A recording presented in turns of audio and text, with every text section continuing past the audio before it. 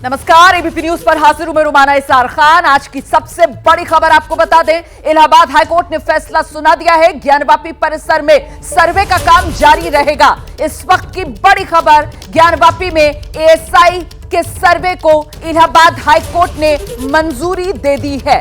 ASI सर्वे को Allahabad high court ने हरी झंडी दिखाई। निचली अदालत ने वाराणसी की फैसला सुनाया था।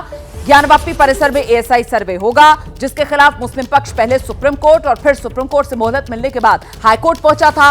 अब हाईकोर्ट ने मुस्लिम पक्ष की याचिका को खारिज करते हुए ज्ञानवापी परिसर में एएसआई सर्वे बरकरार रखने का आदेश बहाल रखा है।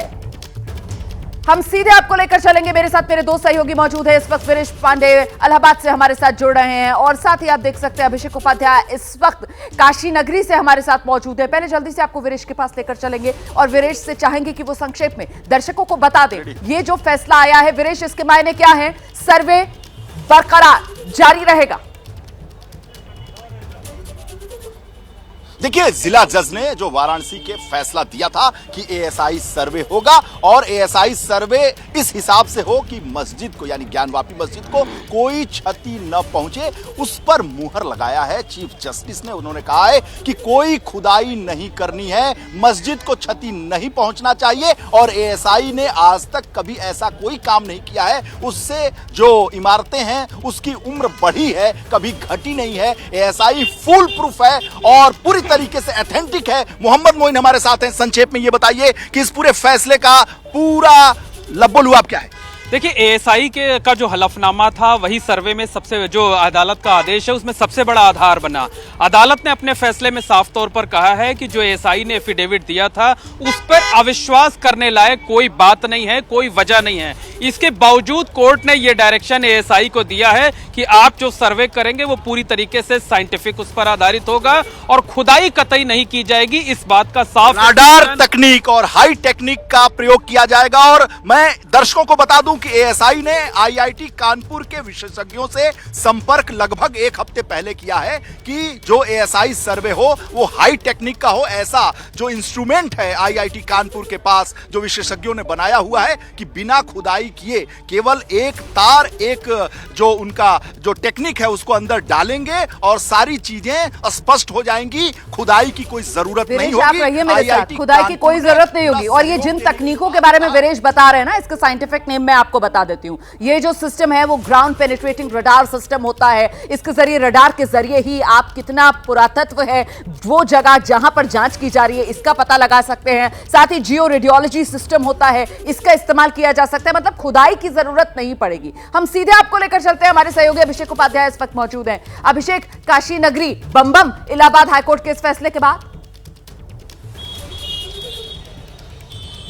देखिए, ये कह सकते हैं रोमाना कि यहाँ पर वो लोग जो कि लगातार ये दावा करते हैं कि ये जो है जगह है, ये जगह प्राचीन शिव मंदिर है और इसको औरंगजेब ने तोड़ा था और उनके मुताबिक उनके पास साक्ष्य भी, उनमें खुशी की लहर है। लेकिन एक दूसरा तबका है जो ऐसा नहीं मानता है, वो इसको लेकर के आगे की जो लीगल एक्शन है वो उसकी बात कर रहा है। तो ये दो तरह का जो यहाँ पर रुझान है वो अपने अपने जो मानने वाले उनमें आ रहा है। लेकिन इस बीच में आपको यहाँ की तस्वीर में दिखाता हूँ। ये तस्वीर देखनी महत्वपूर्ण है। ये काशी विश्वनाथ परिसर है रोमाना, जहां पर मैं हूँ इस समय। और देखिए, दर्शन पूजन का वक्त है। यहाँ पर जो बाबा के भक्त हैं वो लगातार आ रहे हैं और गुप्त काल से इतिहास जो है रोमाना, ये गुप्त काल तक जाता है।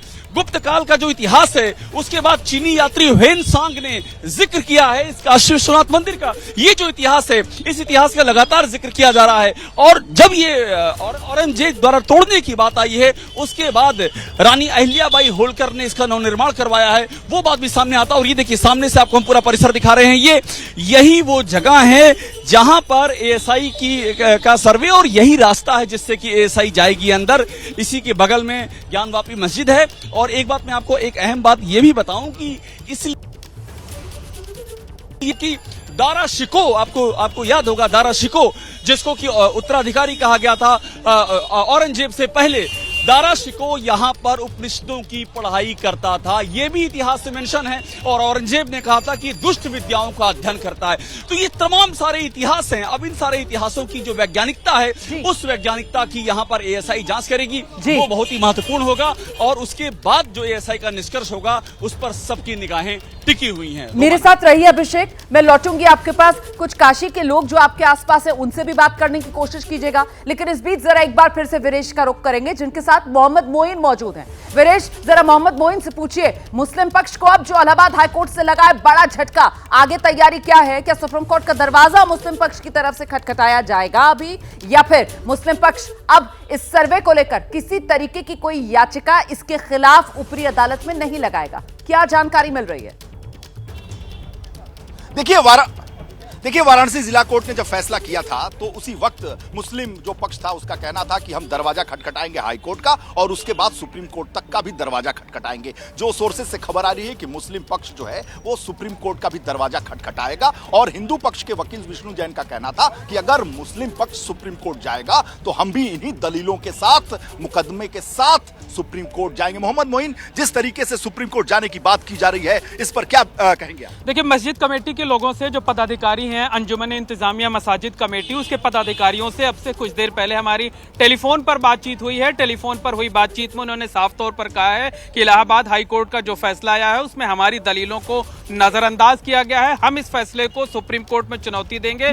बहुत मुमकिन है कि 1 से 2 दिन के अंदर ही सुप्रीम कोर्ट में इस फैसले के खिलाफ अर्जी दाखिल कर दी जाएगी। दूसरी एक बात आपको और बता दें कि आज जो फैसला आया है, इस फैसले के आने से कुछ घंटे पहले ही मस्जिद कमेटी की तरफ से चीफ जस्टिस कोर्ट में एक एप्लीकेशन दी गई थी और उसमें जो सर्वे पर खर्च होगा उस खर्च को लेकर सवाल उठाया गया था। पूछा गया था कि सर्वे अगर हिंदू पक्ष की डिमांड पर हो रहा है तो उसका जो खर्च है वो भी एडवांस के तौर पर उनसे जमा कराया जाए और अगर ऐसा नहीं होता है तो उनकी याचिका को खारिज कर दिया जाए। एफिडेविट दिया गया था कि इसको पूरी तरीके से याचिका को खारिज किया जाए। बिल्कुल, सप्लीमेंट्री एफिडेविट कल शाम को चीफ जस्टिस कोर्ट में मस्जिद कमेटी के वकील जो सैयद फरमान अब्बास नकवी हैं उनकी तरफ से दाखिल किया गया था। सर्वे के खर्च को लेकर सवाल उठाए गए थे, याचिका को खारिज किए जाने की दलील दी गई थी। चूंकि अभी डिटेल्स जजमेंट नहीं आया है, उम्मीद है कि दोपहर तक डिटेल्स लौटूंगी आपके पास। वीरेश, पत्रकारिता कोई इमोशन नहीं है, ना अपना कोई ज्ञान देना है और ना कोई विचार थोपना है। पत्रकारिता क्या है? पत्रकारिता का मतलब है सही जानकारी इकट्ठा करना और तथ्य बताना। पत्रकारिता आज जितने महत्वपूर्ण दौर में है शायद पहले नहीं थी। इस दौर से निकलने के लिए सिर्फ सच दिखाने की जरूरत है, वो सच जो आपके हित को आगे रखे। इसलिए अब रात 9 बजे प्राइम टाइम नहीं होगा, ये आपका टाइम है। जगविंदर पटियाल के साथ देखिए पब्लिक इंटरेस्ट 17 जुलाई से सोमवार से शुक्रवार रात 9 बजे सिर्फ एबीपी न्यूज पर। एबीपी न्यूज आपको रखे आगे।